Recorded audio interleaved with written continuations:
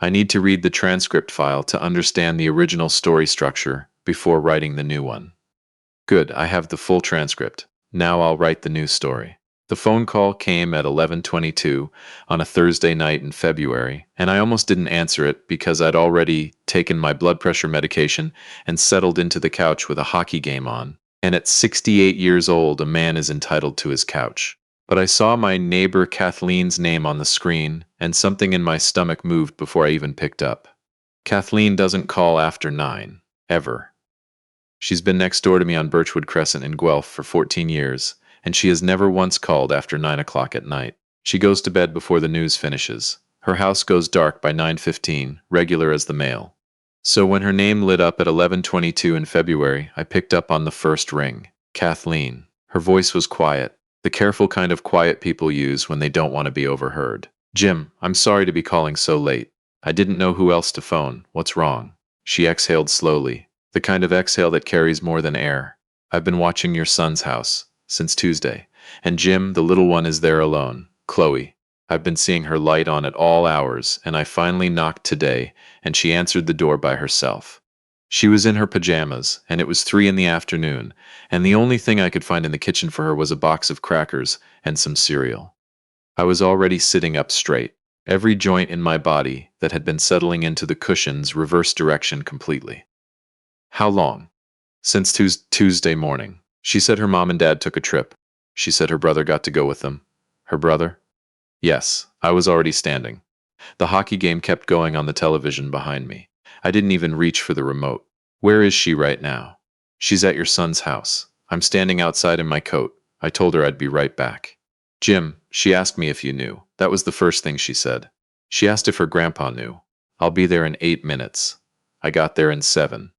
Kathleen was standing on the front step under the porch light with her coat buttoned to the neck and her arms crossed.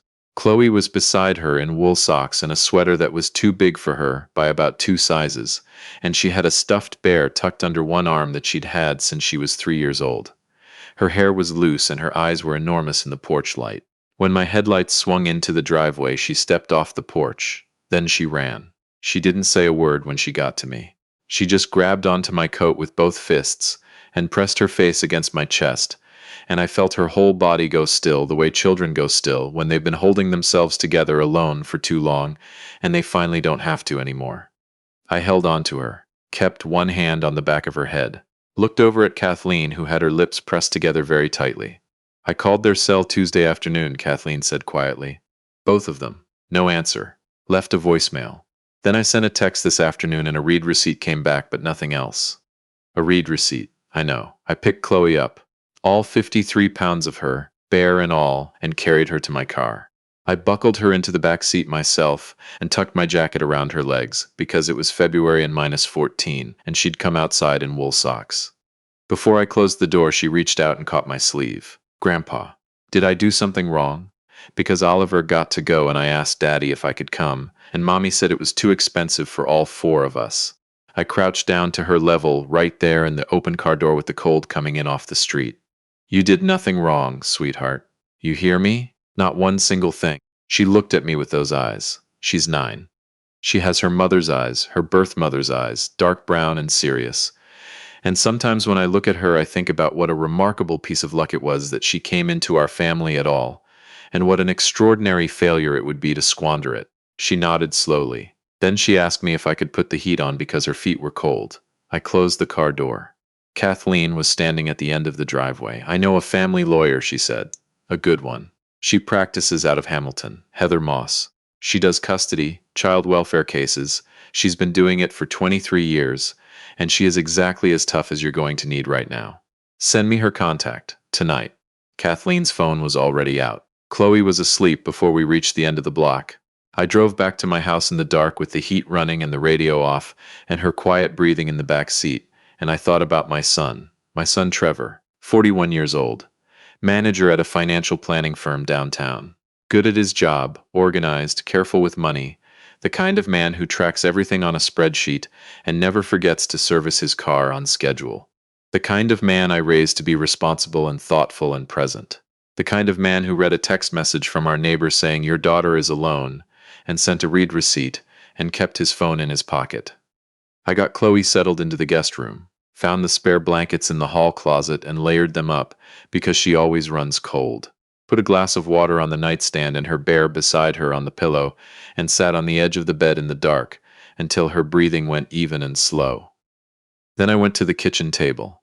I opened my laptop, made a pot of coffee I absolutely did not need at midnight, and I started writing down everything, every date, every detail, everything Chloe had told me verbatim in the car on the drive over. Kathleen's account, the read receipt, the voicemail they had not returned at 12:41 a.m. Kathleen's text came through: Heather Moss, Hamilton, Ontario, Watson and Moss Family Law, 23 years. She also sent a note that said, Jim, I made one call. She's expecting to hear from you. I looked at that for a moment. Then I opened a browser and pulled up flights out of Pearson. Because here's the thing about being a 68-year-old grandfather in Guelph, who just collected his 9-year-old granddaughter from an empty house in February, where she'd been alone for 2 days on crackers and cereal and one neighbor who didn't know her name. You don't get mad. You get methodical. I had Chloe's situation on paper. I had a lawyer's contact number, and I had one unanswered question. Where exactly had my son taken his family? I didn't open Instagram. Trevor doesn't use Instagram. But his wife Sandra does, and at 1:07 in the morning I found out that she posted twice a day without fail, and she had a very tidy grid of their current vacation. Whistler, British Columbia, a ski resort. 5-star, looking at it, photos of the chalet interior, photos of Oliver on skis with professional gear. Sandra in a white resort bathrobe with a glass of wine and a caption that said, Sometimes you just need a mountain reset. Grateful. #family, #blessed family, #family. I stared at my son in the background of that photo, standing in the chalet doorway in a ski jacket, looking relaxed and tanned from the mountain sun, grinning at whoever was holding the camera. 3 kids. That photo had 3 people. I put my phone face down on the kitchen table. I sat in my kitchen in Guelph, Ontario, in February at 1 in the morning, with my granddaughter asleep down the hall and crackers in my coat pocket that I'd grabbed from her kitchen on the way out. Then I picked my phone back up and opened the Whistler Blackcomb Resort website. If there's one thing working 35 years in construction management teaches you, it's that the people who move quietly and plan carefully are always the ones who come out ahead. I booked 2 nights at the same resort, not the same chalet, different building, adjacent property, practically a stone's throw. I booked them under my name. I reserved ski rentals for one 9-year-old girl and one 68-year-old grandfather who had absolutely no business on a ski hill but was going anyway. At 2:03 a.m., I sent an email to Heather Moss that said, My name is Jim Calloway. My son and his wife flew to Whistler with their biological son and left their adopted 9-year-old daughter home alone in Guelph for at least 2 days. The neighbor found her surviving on crackers. I have picked her up and I have documentation. I need to know every legal option available to me. I'll be back in Guelph by Sunday. I can be in your office Monday morning. Then I called Trevor. I knew he wouldn't answer at 2 in the morning. I wasn't calling for an answer. I was calling for a voicemail. When the tone beeped, I kept my voice easy, warm, almost. The voice I use on a job site when things have gone wrong and I need everyone to keep moving without panicking. Hey son, I have Chloe. She's fine. She's at my house. She's asleep. She's safe. I thought you should know. Enjoy the rest of the trip. We'll have a conversation when you're home. I paused. Just long enough. Tell Sandra the resort looks beautiful, by the way. I hung up. I checked on Chloe one more time. Bare on the pillow, slow, steady breathing, 3 blankets, the small glow of the nightlight I'd dug out of a closet. She looked like every bit of the child she was supposed to be allowed to be. I went back to the kitchen and drank my unnecessary coffee and looked out the window at the February dark and started thinking about what the next 4 days were going to look like. Trevor had a voicemail. Sandra was going to see that Instagram thread go very quiet, and I had a flight booked. Nobody was going to see this coming, which was exactly the point. I have been building things for a long time: houses, schedules, crews, project timelines that span years. The first rule of any build is this: you don't start swinging until you know exactly where every load-bearing wall is. I knew where all of them were now. The next morning, Chloe came into the kitchen at 7:30, in her borrowed socks and the oversized sweater and her bear, and looked at me making eggs at the stove. Grandpa, why are you already dressed? Because we've got somewhere to be, bug. She looked at me sideways, the suspicious look she gets when she thinks there's a catch. Where? Whistler, British Columbia. A full 5 seconds of silence. The mountain? The mountain. She put both hands over her mouth. Then she started jumping up and down on the kitchen tiles in her wool socks, which let me tell you was something to see before 7:30 in the morning in February. That sound. The sound of a child who has been very quiet for 2 days suddenly having something to be loud about. I stood at my stove with a spatula in my hand and felt something loosen in my chest that I hadn't even known was clenched. I packed her a proper bag from the guest room closet. Found her snow pants in the hall closet where Trevor drops things when he visits. Made sure she had her toothbrush and her bear, and the new pair of mittens I'd bought at the Shoppers on Gordon Street before 7, because I saw her hands were cold. We flew out of Pearson at 11:15. Chloe had the window seat. She pressed her face against the glass the whole way through takeoff, and I watched her, watching the city get small, and thought about all the things a person can do right, and still manage to raise a child who becomes someone they don't recognize. I'd been turning that over since midnight. I was no closer to an answer. The resort was exactly what the website had looked like, and Chloe went almost completely silent when we walked through the lobby, because it was the kind of place that makes children go still the way big things make you still. Vaulted ceilings with timber beams, a fireplace in the main room that was roughly the size of my kitchen. Snow on every surface outside the floor-to-ceiling windows like someone had shaken a globe. She stood in the middle of the lobby with her duffel bag and her bear and her mouth slightly open. "Grandpa, are we allowed to be here? We have a reservation, but actually allowed. We paid for it, so yes." She giggled, short, surprised, the real one that comes from the belly. That one went straight through me because I realized it had been a while since I'd heard it and I couldn't have told you exactly how long. We got on the mountain the next morning. Chloe in a full rental setup, including a helmet I had to adjust 3 times, me in ski gear that hadn't been on my body since my late 40s, and that showed immediately. The ski instructor, a young woman named Bree from Kamloops, who had clearly seen every version of grandfather-granddaughter pair in existence, was patient and cheerful and steered Chloe onto the beginner slope with total professional confidence. By noon, Chloe had graduated to the intermediate run. I did not graduate to anything. I made peace with the bunny hill and Bree's very kind, professionally neutral face as I fell down for the 4th time, and she said, "No, you're getting it, really." I was not getting it. But watching Chloe carve down that slope from the bottom of the hill, her arms out and her face completely open with the purest kind of joy, I was completely fine with being the one who fell down. She talked the whole way up the chairlift every time. About school, about her teacher, Mrs. Patel, who she thought was mostly great, except for math-timed tests, which she described as cruel. About a book she was reading. About a girl who discovers her family are actually time travelers.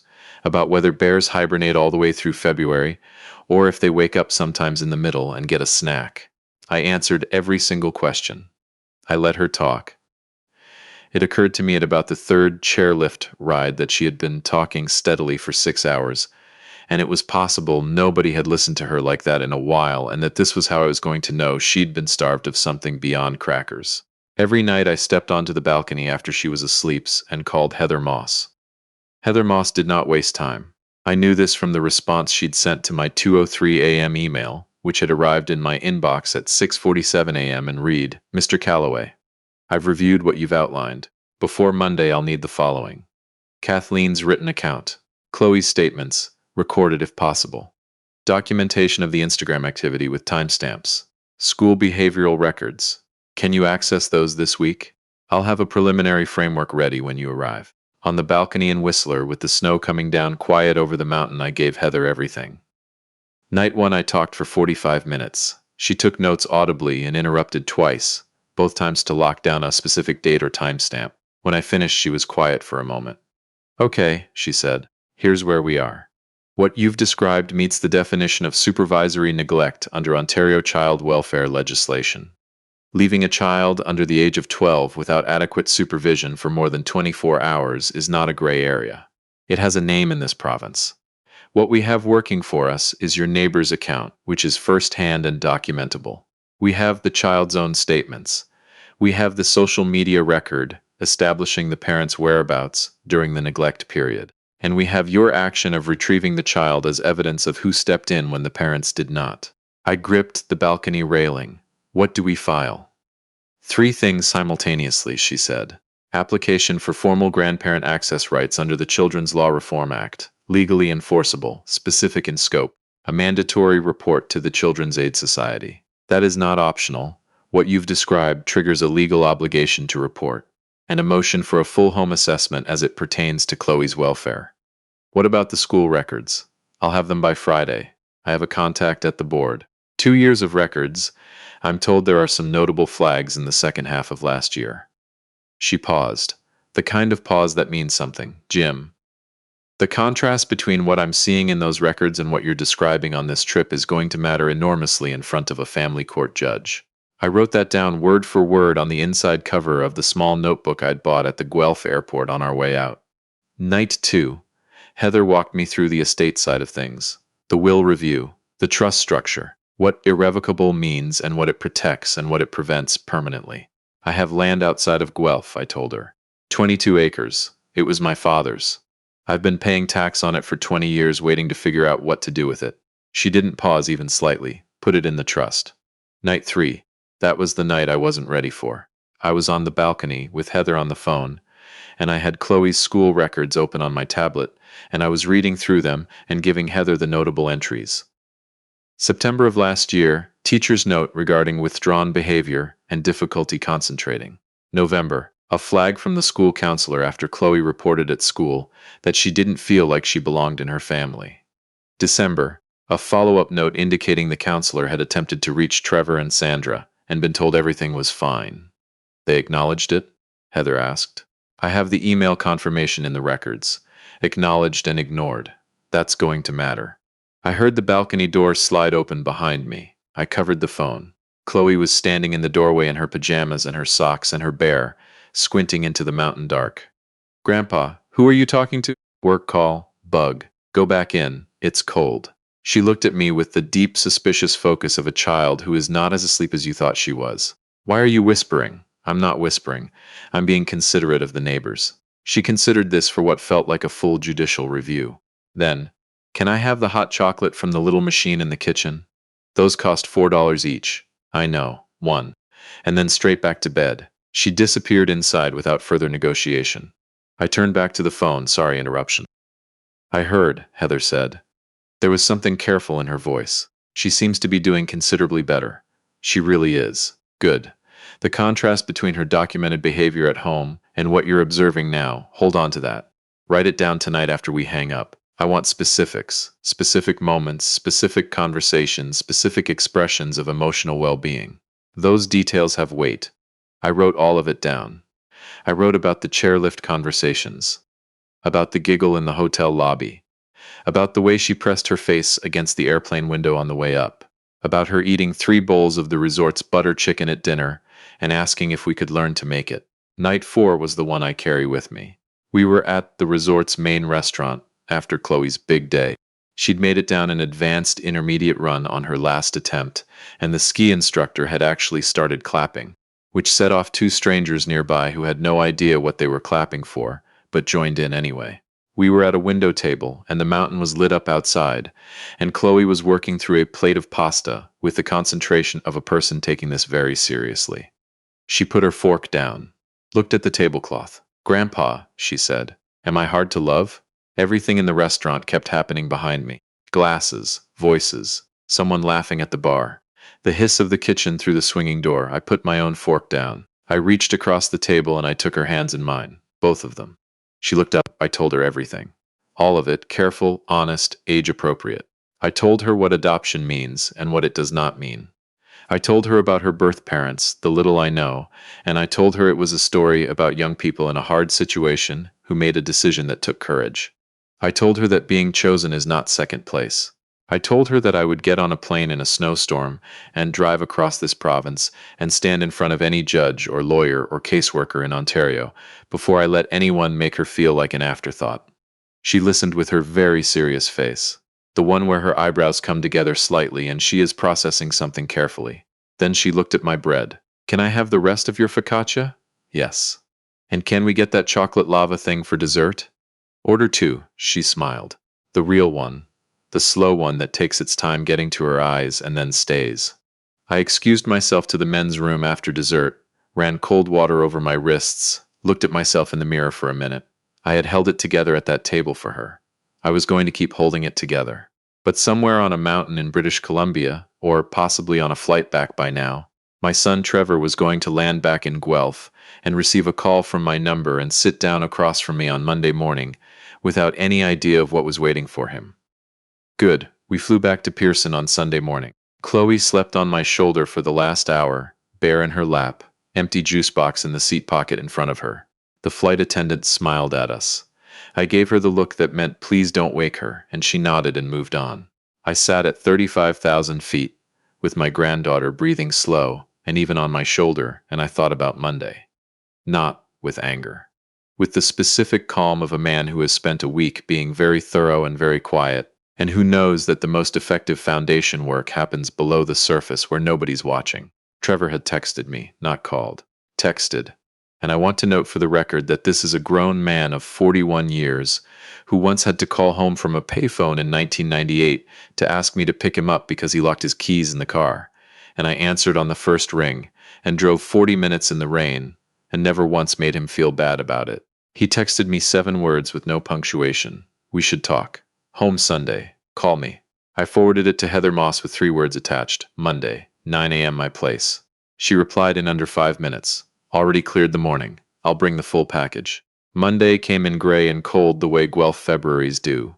Just low cloud, and that particular stillness that settles over a city when the weather can't be bothered to do anything dramatic in either direction.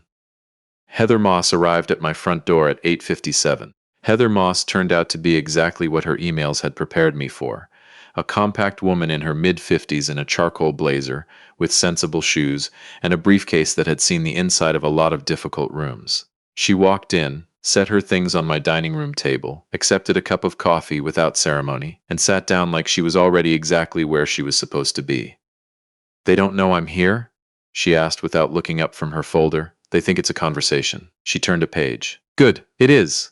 Just a very well-documented one." Trevor arrived at 9:04. He came through the front door in his work coat, even though it was Monday and he didn't need to go to the office, which told me he'd dressed deliberately. His face was tanned from a week at altitude, and his jaw was tight in the way that happens when a person has been carrying something uncomfortable and has almost convinced themselves they can manage the conversation about it. Sandra came in right behind him, head up, shoulders set. The posture of a woman who had spent the drive over building her version of this morning and had arrived fully committed to it. Trevor opened his mouth, saw Heather. His whole body stopped mid-step like something in the circuitry had simply disconnected. "Dad." "Who's?" "Trevor." "Sandra." "This is Heather Moss," I said. "She practices family law out of Hamilton, 23 years. She's been helping me with some paperwork this week. Please sit down, there's coffee." Sandra's eyes moved from Heather to the files on the table to me and back to Heather. Something shifted behind her expression, not fear yet. "Recalculation." "Jim," Sandra said. Her voice was controlled, very controlled. "We came here to talk as a family, not to, Miss Calloway," Heather said. Pleasantly, evenly, with exactly as much weight as those 2 words needed to carry. "Please sit down." Sandra sat down. Trevor sat down beside her and put his hands flat on the table and didn't look at me. He knows. He has known since he heard my voicemail on a mountain in British Columbia, and he has been carrying it through 3 days of ski runs and resort dinners and a flight back across this country.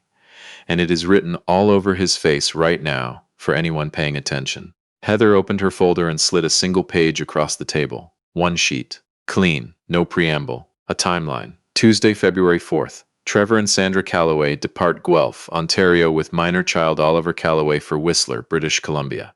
Minor child Chloe Calloway, age 9, remains at the family residence on Birchwood Crescent without adult supervision. February 4th through February 6th.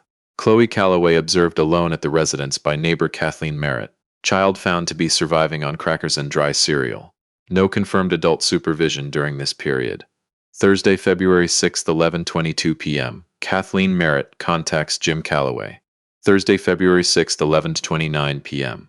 Jim Calloway retrieves Chloe Calloway from the family residence. Trevor read it. His face stayed still in the way that isn't calm but is the opposite of calm. Sandra read it, and her face moved considerably more. "This is, we did arrange someone to check in. The woman from down the street, she was supposed to." Heather's voice stayed perfectly even. "Miss Calloway." The child's own account, recorded and notarized, indicates one informal visit during the entire period. No adult supervision was confirmed. No emergency contact was provided to the child. No adult had a key. She slid a second sheet across. What is documented on this page has a specific name under Ontario legislation. Leaving a child under 12 without adequate supervision for more than 24 hours meets the threshold for reporting under the Child, Youth and Family Services Act. We are not here to debate whether it occurred. It occurred. Kathleen Merritt has provided a signed written statement. We have the social media record establishing your location during the neglect period. We have Chloe's statements. She paused. We're here to discuss what comes next. Sandra opened her mouth. Trevor put his hand on her arm. Firm, she stopped. I filed that away. First decisive thing I'd seen from my son in this entire situation. 2 weeks late but noted. Heather laid it out, the way a person lays out a structure they've been building for a long time, methodically, without waste. 3 actions, drafted and ready to file. A formal application for grandparent access rights under the Children's Law Reform Act. Legally enforceable. Specific terms. Non-negotiable scope. A mandatory report to the Children's Aid Society. Not optional, not discretionary, legally triggered by what had occurred and already fully prepared. She placed the drafted report on the table and let them look at it. An application for a formal home assessment, supported by 2 years of school records, including the counselor's flag from November, that both Trevor and Sandra had been notified of, had responded to in writing, and had not acted on. Sandra went pale in stages. I watched it happen. She went from controlled to defensive pink to the specific shade of someone doing very fast mental arithmetic and arriving at an answer they don't like. Trevor hadn't moved. He was staring at the timeline the way a man stares at something he built in the wrong place and cannot unbuild. The CPS report is prepared, Heather said. It has not yet been filed. That's a choice for the next 72 hours. Silence, real silence, the kind that sits in a room. And then Trevor looked up. He looked directly at me. First time since he'd walked through my front door. His eyes were red. Dad, just that. Just the word. One syllable carrying the weight of everything he couldn't say on that drive from the ski chalet to the airport, to the flight home to sitting at this table, a whole week of weight condensed into 2 letters. I waited. I gave him nothing. I let him carry it the rest of the way. I knew. His voice was rough. I knew when we left. I told myself the neighbor had it handled, that Chloe was old enough, that it was just a few days. He stopped. His jaw worked. I walked past her bedroom the morning we left, and she was standing in the doorway watching me carry bags to the car. And I put the last bag in and I got in the driver's seat and I drove away. His voice came apart on the last 3 words. Sandra had turned to look at him. He didn't look back at her. He kept his eyes on me and they were red and exhausted and completely without defense. I looked at my son, 41 years old. I taught this man to ride a bike in the driveway on a Saturday morning in July, and I can still see him wobbling, and then suddenly not wobbling, and the look on his face when he realized he was doing it on his own. I stayed up until 2 a.m., the night before his grade 12 calculus exam, going through problems with him at the kitchen table, because he was terrified of failing. I stood in the rain at his wedding and cried, and then lied about it for the rest of the evening, and he drove away from his daughter standing in a doorway. I let myself feel that for about 4 seconds. Then I opened my own folder. I know you knew, I said. That's been the hardest part of this whole week. He flinched. Good. I slid my folder across the table. Trevor picked it up, read the first page carefully, set it down like it weighed more than it did. Sandra took it. Read faster. Set it down harder. My updated will. Reviewed and formally signed the previous week by Heather's firm, while Chloe was eating butter chicken at a resort restaurant in Whistler and asking if we could learn to make it at home. The Guelph house, the investment account, and the 22 acres outside the city that had been in my family since my father bought them in 1974. Sitting now in an irrevocable trust established solely and permanently for Chloe Calloway. To be released in full on her 18th birthday.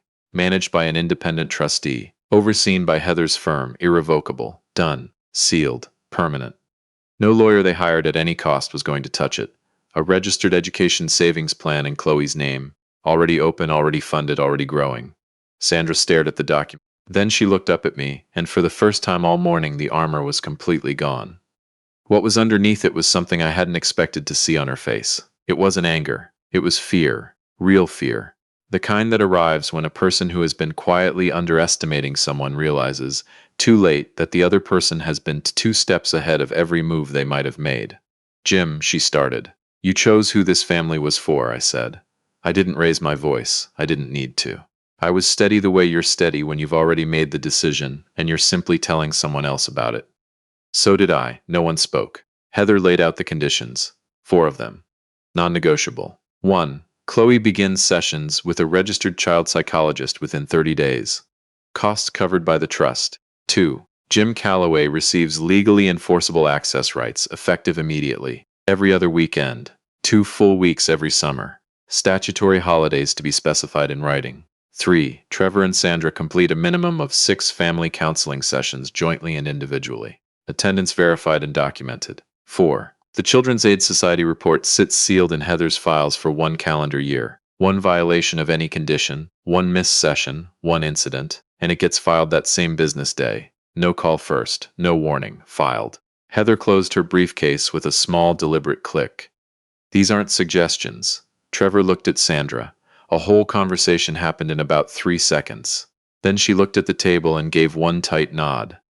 The kind of nod that costs something you know you're not getting back. It did. They signed at 10:41 a.m. Trevor stood to leave and stopped in the doorway of the dining room, his back to me, one hand on the frame. Is she? He cleared his throat. Is Chloe okay? I let the question sit in the room for a moment, long enough to mean something. She's going to be, I said. Not because of you, but she's going to be. He nodded at the doorframe, didn't turn around, walked out. Sandra followed without looking back. The front door closed, 6 months later. Chloe calls me every Sunday at 5:30. She has not missed one since March. Last Sunday she talked for 52 minutes without taking a significant breath. About school, about her therapist doctor. Kaminsky, who she says always has mints and never judges her. About the pasta she made her dad from memory that turned out mostly correct. About Oliver letting her have the last of the Halloween candy without her even having to argue for it, which she described as suspicious but accepted. She asked me last Sunday if we could go back to Whistler. I said maybe next winter. She said that's not a no, and I said that's correct. It's not a no. Trevor comes to every school thing now. 2nd row, off to the side, where you sit when you're not sure you've earned the front. He stays the whole time. He's not making a performance of showing up. He's just showing up.